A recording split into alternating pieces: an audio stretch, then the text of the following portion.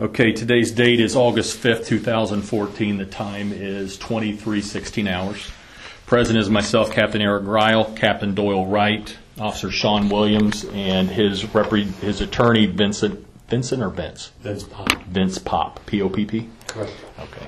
All right, Sean, what I would like to get from you here is just a verbal statement on what occurred at the Walmart store tonight. If you could start from when you got the dispatch call up and through now. Okay. I was parked directly behind Walmart when this particular call came out. I heard the tone drop over the radio, and I heard them begin to dispatch a couple units. I didn't quite hear where exactly, so I just brought it up on my screen and double-clicked the call and saw that whatever the call was at Walmart, and I was right there. I then heard dispatch say that the call was subject with a gun inside the store. They said it was a black male. They said he was waving the gun around and he was loading it in the back of the store, or in the store. They did mention he was in the pet area at one point. You say they did? Yeah. Okay.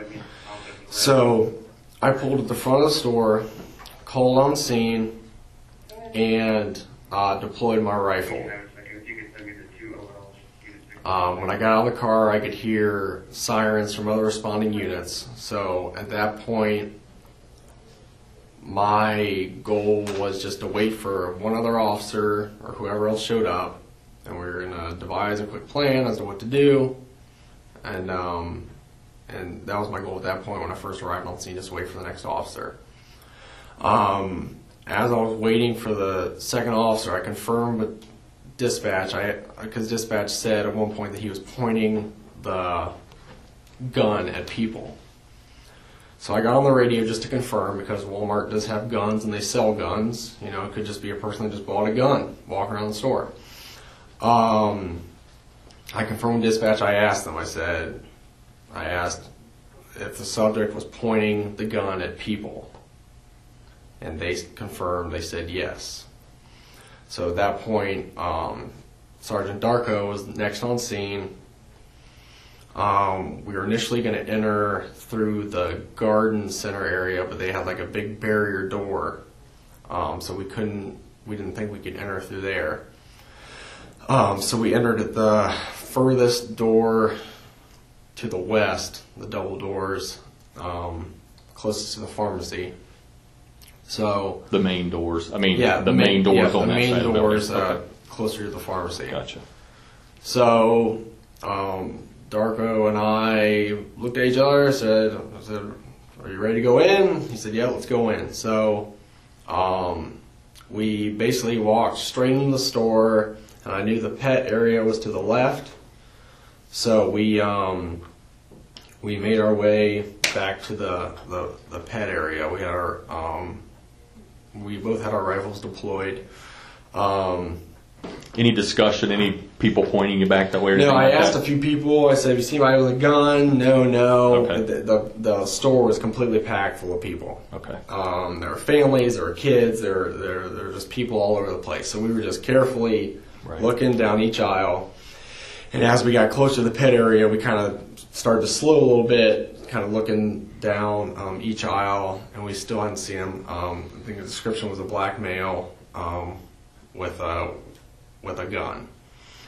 So we got to the very end of the main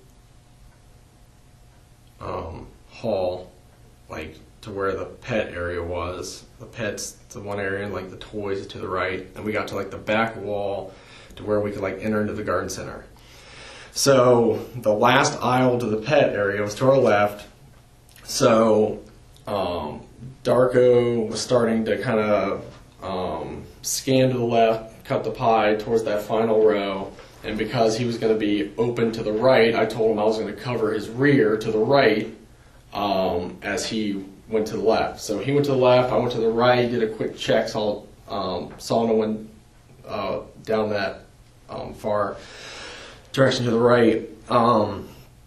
As I did the check, I heard him say, "Drop the weapon." So Darko said that. Yeah, Darko Okay, said that. all I don't know the exact phrasing. Drop the weapon. So I immediately swung to his right, and he said, "Drop the weapon."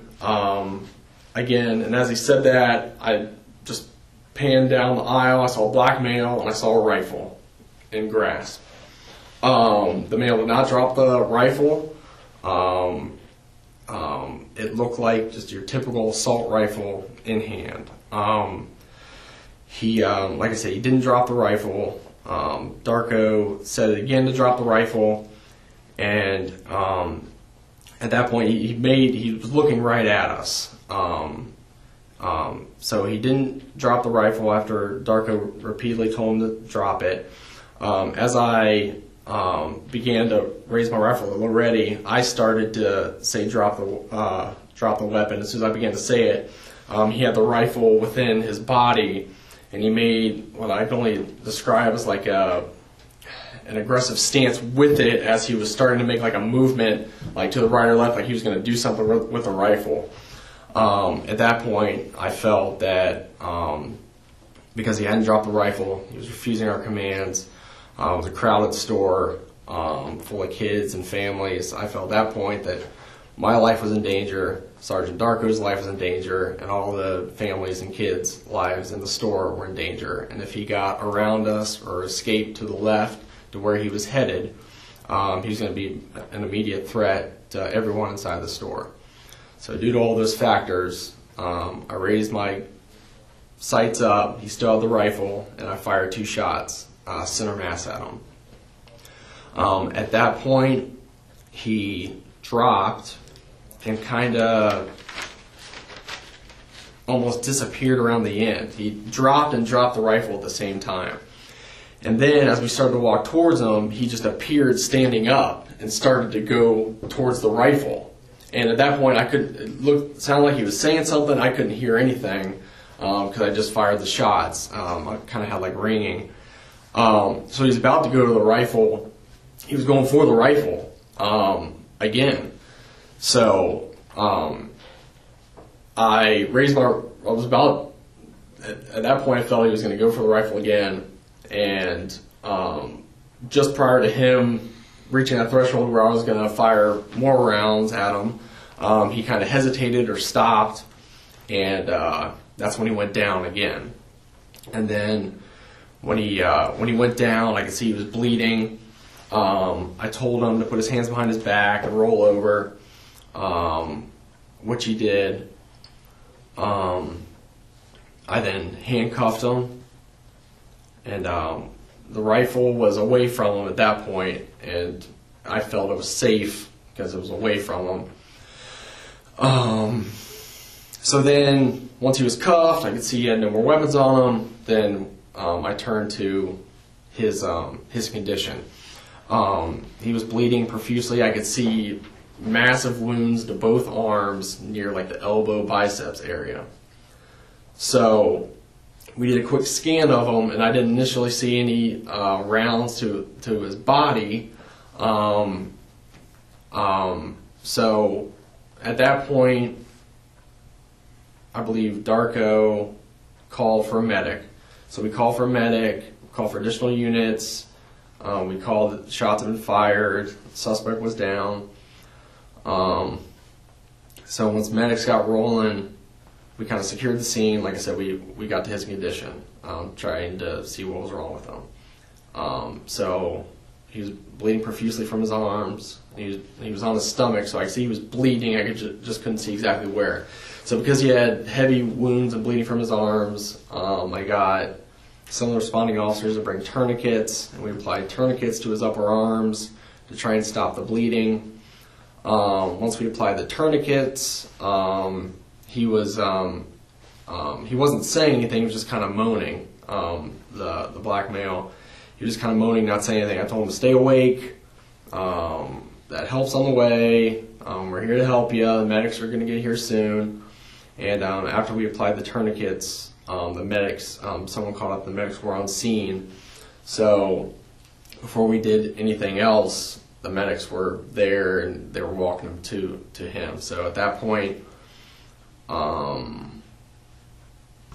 that's pretty much my interaction. The medics took charge of the scene and of the subject and administered aid to him.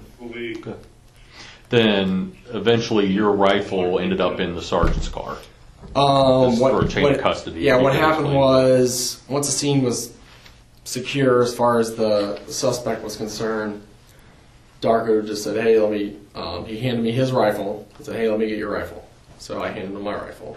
And then I eventually handed his rifle to Matt Stahl, who, and that's the last I saw it. So yeah, Sergeant Darko took my rifle and had it on him after the shooting. And that's pretty much it. Then I walked outside. All right. All right. This will conclude the recording, and the time is 23:28 hours.